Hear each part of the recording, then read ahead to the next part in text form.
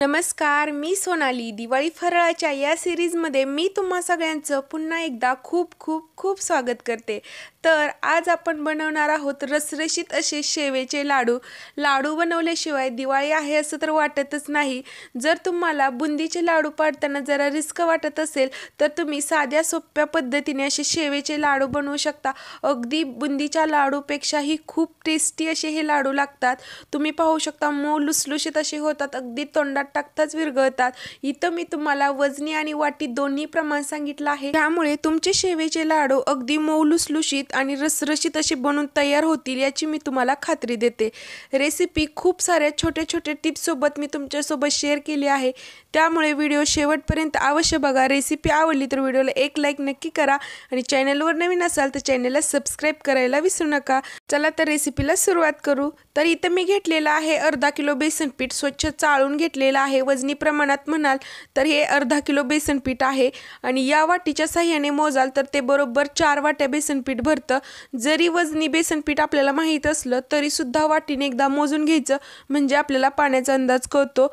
आता यामध्ये टाकूयात 2 चिमूट मीठ टाकून घ्यायचं आहे. खूप छान टेस्ट येते आणि थोडासा पिवळा रंग टाकायचा, ऑप्शनल आहे पण कलर खूप छान येतो, त्यामुळे आवर्जून टाका. पिवळा रंग आहे हा, जरी केसरी दिसत असला तरी. आता ज्या वाटीने आपण बेसन पीठ मोजून घेतलं आहे त्याच वाटीने ते मी 1 वाटी पाणी घेतलेलं आहे. मी तुम्हाला पुढे सांगेन की मला किती पाणी लागलं. आता थोडं थोडं पाणी टाकत आपण शेवेचं पीठ मळून घ्यायचं आहे. असं विस्कच्या साह्याने मिक्स करा, म्हणजे यामध्ये गुठळ्या होणार नाहीत. जर तुमच्याकडून गुठळ्या झाल्यास तर आपली पुरण चाळायची चाळ नसते ना, त्याने फक्त एकदा पीठ सगळं आपण त्यातनं व्यवस्थित गाळून घ्या. अगदी परफेक्ट असं मऊसूत पीठ होईल. तर हे बघा, असं या थिकनेसचं पीठ पाहिजे. जास्त घट्टही नको आणि जास्त पातळही नको, मध्यम कन्सिस्टन्सीचं आपल्याला पीठ पाहिजे आहे. तर 4 वाट्या बेसन पीठ होतं, त्यासाठी मला हे बरोबर 1 वाटी पाणी लागलेलं आहे. हा फक्त अंदाज आहे, बेसन पिठावर पण खूप डिपेंड राहतं, पाणी कमी जास्त लागू शकतो थोडंफार. तर पीठ मळून झालेलं आहे. लगेच आपण शेव पाडण्यासाठी घ्यायचे आहे. सोऱ्याला मी आतून तेल लावलेलं आहे आणि शेवेची छोटी चकली लावून घेतलेली आहे आणि यामध्ये पीठ भरून घेत आहे. पीठ भरताना आपल्याला थोडंसं प्रेस करून भरायचं, म्हणजे शेवेचा वेढा आपला तुटणार नाही. तर या पद्धतीने मी सोऱ्यामध्ये सगळं पीठ भरून घेतलेलं आहे आणि सोऱ्या लावून घेते. तर तुमच्याकडे ज्या पद्धतीचा सोऱ्या आहे त्या पद्धतीने तुम्ही लावून घ्या. तर हे बघा, या पद्धतीचा सोऱ्या मी असा लावून घेतलेला आहे. तेल आपलं मी तापायला अगोदरच ठेवलं आहे. हे बघा, तेल मी चांगलं गरम करून घेतलेलं आहे. फुल गॅसवरती आधी तेल गरम करून घ्यायचं आणि नंतर मीडियम टू हाय गॅस ठेवायचा आपला आणि नंतर शेव पाडून घ्यायचे आहे. तर हे बघा, फुल गॅस केलेला आहे आता मी आणि शेव पाडून घेते, कारण की शेवेमध्ये पाण्याचा अंश खूप असतो. आणि हे बघा, शेव पाडून झाले की असे थोडे बुडबुडे कमी झाले, थोडेसे नॉर्मल, आपल्याला जास्त कडक शेव करायची नाही, लक्षात ठेवा. आता थोडे कमी झाले की आपण हिला लगेच पलटून घ्यायचे आहे आणि जास्त कुरकुरीत होण्याची वाट पाहायची नाही. अगदी थोडीशी मऊ शेव आहे तोपर्यंतच आपल्याला काढून घ्यायची आहे. तर हे बघा, या पद्धतीची शेव झाली. थोडी बुडबुडे अजून दिसत आहेत, तोपर्यंतच आपण ही शेव काढून घ्यायची आहे आणि एका हवाबंद डब्यामध्ये किंवा एका पाटीत तुम्ही ठेवू शकता आणि त्याच्यावरती ताटली झाकून अशी ठेवू शकता. तर ह्या पद्धतीने मी सगळी शेव पाडून घेतली आहे. पाटीमध्ये ठेवली होती आणि त्याला झाकून, एक वेळा झाला की झाकून ठेवायची, म्हणजे ती कडक होत नाही. तर या पद्धतीने मी ही शेव सगळी बनवून घेतली आहे. अगदी मऊसूद अशी आपली शेव झालेली आहे, तुम्ही पाहू शकता. आता ही सगळी शेव आपण चुरून घ्यायची आहे. काही जण अशीच मिक्सरला लावतात, पण ते जास्त बारीक पीठ होतं, त्यामुळे अगोदर काय करायचं, असं हाताने थोडीशी चुरून घ्यायची या पद्धतीने. तर ह्या बघा, मी सगळी शेव या पद्धतीने चुरून घेतलेली आहे.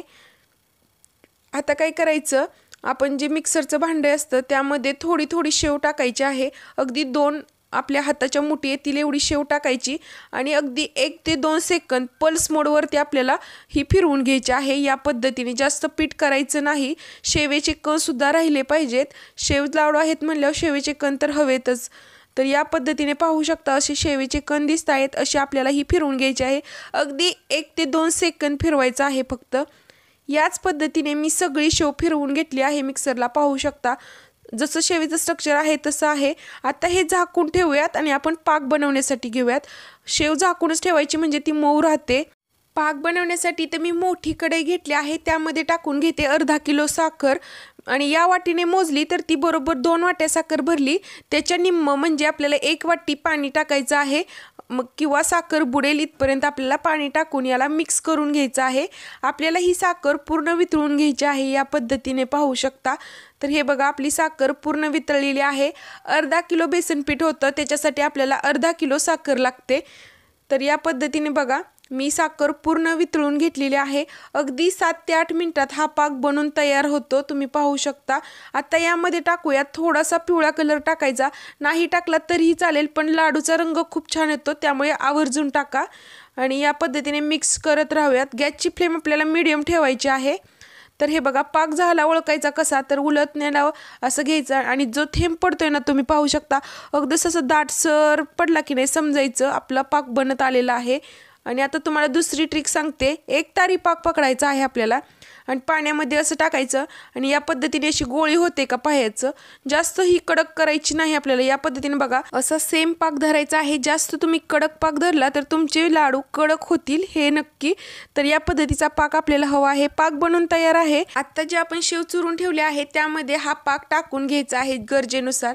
पूर्ण लागतोच, पण थोडा थोडा करून टाकायचा आणि आपल्याला मिक्स करून घ्यायचं आहे. अगदी थोडं थोडं टाकत आपण याला मिक्स करून घ्यायचं आहे या पद्धतीने. तर मस्त असे रसरशीत लाडू होतात या पद्धतीने केल्यानंतर. तुम्ही एकदा बनवून बघा. तुम्ही बुंदीचे लाडू करण्यापेक्षा शेवेचे लाडू करचाल हे नक्की. तर हे बघा इथं मी सगळा पाक वापरलेला आहे.